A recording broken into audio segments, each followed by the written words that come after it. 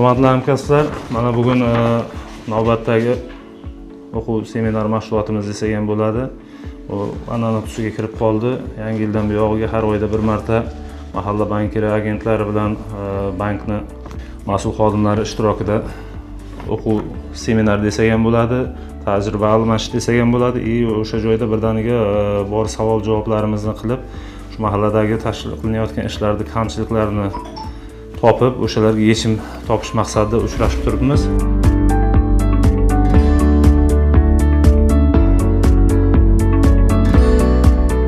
Bu yerda endi mana asosiy masalamiz mahalla bankirlari hamda agentlarining metodik qo'llanmalari bor. Ular hammaga tarqatilgan.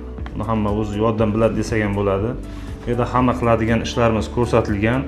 O'shalar bo'yicha ishni boshlaganmiz. Mana qariyb 1,5 yil bo'lib qo'ydi. Birgalikda o'sha Ishtixon tumaniga biriktirilgan 10 ta mahallada ish olib boryapmiz. Bunda mana o'tgan yilgi ko'rsatkichlarimiz Xudoga shukr yomon bo'lmadi. Hamma ko'rsatkichlar bo'yicha rejalar bajarildi. Hamkor bankdan pensionerlarga plastik karta ochinglar deb aytyapti. Shuni masalan ularda Xalq bankidan plastik kartasi bor. Ertaga pensiyasi qaysi bank kartasiga tushadi? Endi bu narsa pensionerlarni mobil ilovamizda karta haqida ma'lumot berishimizga to'liq mijoz xohishiga qarab bu mijoz arizalar murojaat qilib xohlagan joyga tushirib olish haqqiga ega. Shunday. Kimda savol bo'lsa, men hozirgi olib borayotgan ishlarimiz, mikro loyihalarimiz, ishsizlarni ish bilan band qilishimiz, reyestrda turgan fuqarolar reyestrdan chiqarish, ular ishdan band qilib reyestrdan chiqarish, ularga bir tadbirkorlik yo'naltirishimiz maqsadimiz. Shu vaqtda savollar bo'lsa, beringizlar. Boqimandalik chiqarish.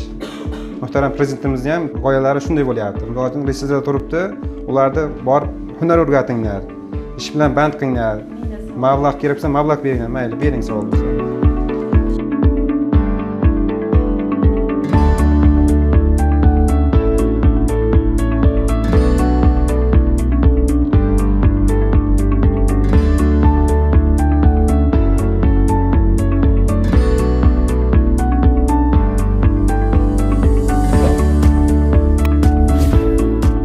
Kimdadir o'zini qobiliyati bor. Shunga bizlar o'rgatib, maqsadimiz shu. Uni tadbirkorlikka jalb qilishimiz kerak fuqarolarni. Reyestrda turgan. U reyestrdan chiqaramiz, uni kasbga yo'naltirib, unga hunar o'rgat deyapti. Maqsadimiz shu.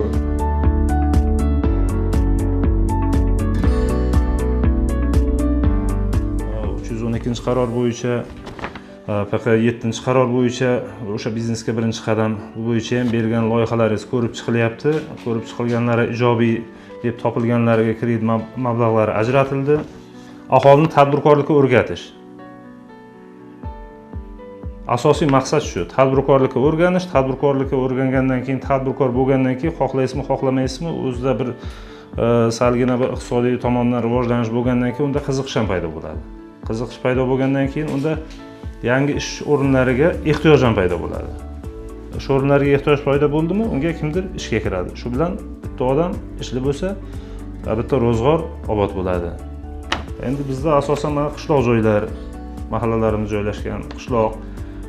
Keyin biz sartaroshxonami, yengilgina bir 10 million, 20 million kredit beradigan bo'lsak, ikkita kreslosini olib bitta xonani ijaraga bersa, mana aylanish jarayonida ko'rdik, haqiqatan mahallalarda bitta sartaroshxona ham yo'q, ayrimlarda.